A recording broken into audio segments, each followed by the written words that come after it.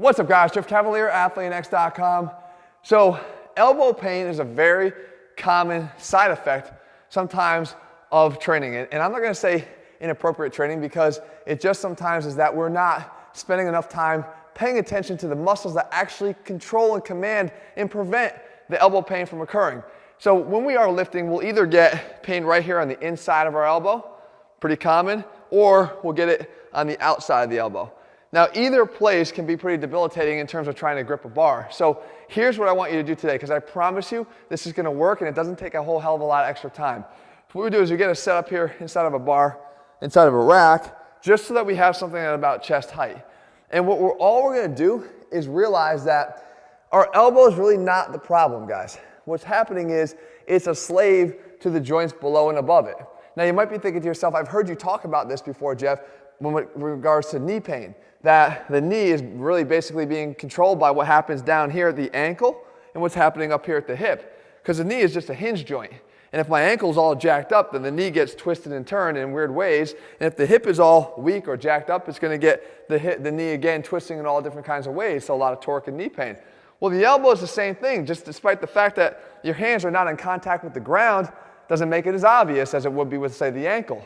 So what we want to do is we want to make sure that we strengthen and stabilize the wrist and forearm, and then up here in the shoulder. So one exercise can actually handle all of that. We get here underneath a bar and we just recline our body a little bit behind us. Now, the wider we have our hands, the more challenges this is going to become, and the more centralized we have this one hand, the easier it is. As far as the recline on the body, the higher up I am to start, the easier it is. The more I come underneath the bar, the more challenging it becomes. So if we want to start this out, we go with a centralized hand position with a more upright body. So we get ourselves here to start. Watch, the centralization will come in a second. Just like this. And then what we want to do is we want to take one hand, put it in the center so it's in the middle of our body.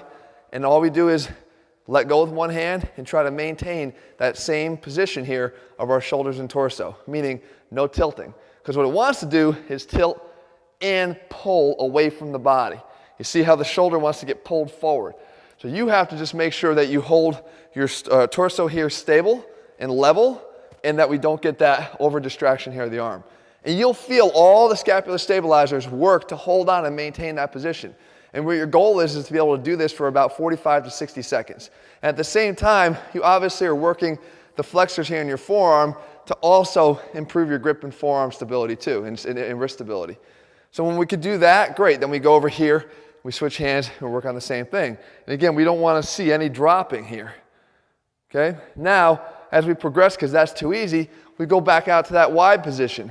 So what we do here is we let go, and now we have the same challenge. But you can see that the weight is now more displaced off to the side with more of a tendency to fall, so I have to work even harder to hold that.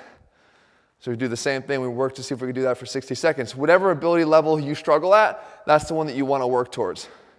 Okay, then we can go back and lower the body. Now we just have more weight of gravity forcing downward that we have to control. So we start, again, back in the middle, one arm, here, and hold. Don't let it pull too far away. Keep the chest out, and don't let your torso tilt, not even a little bit. And I'm lighting up now. Okay, and you work on that, again, on both sides. The other thing you could do finally is once you get in that position, you could go dynamic, where you switch hands, and I don't want to see even a single inch of drop. So when I get here and I'm going to switch, normally you'd see a little bit of that first. No, you got to stabilize, come off. Come here, switch, no tilting. Up, switch, no tilting. And see if you can do 10 switches. On top of that, guys, I think prioritizing forearm strength and grip strength is imperative to protecting your elbows. And you'll see me doing this. Anybody that watches me work out, I will do this in between sets. Here I am just grabbing a bar and hanging. Instead of just sitting around doing nothing, I try to work on my grip strength, which I think has led to a lot of other lifts being stronger. It helps me definitely on the deadlift, and it helps me with all of my exercises, really. I actually do it here. I mix it in on ab work. If I can, instead of just doing all two-handed hanging stuff, sometimes I'll go with one.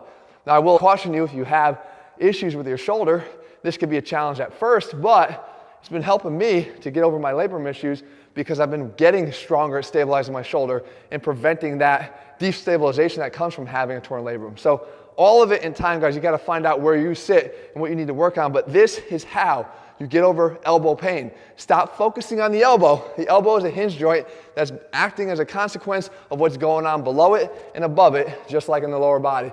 So guys, I hope you found this video helpful. If you're looking for a program that cares about all this stuff because it all matters, that's what we call putting the science back in strength. We have that over at athleanx.com. In the meantime, if you found this video helpful, leave your comments and thumbs up below, and I will cover what it is you want me to do in the future weeks. All right, guys, see you soon.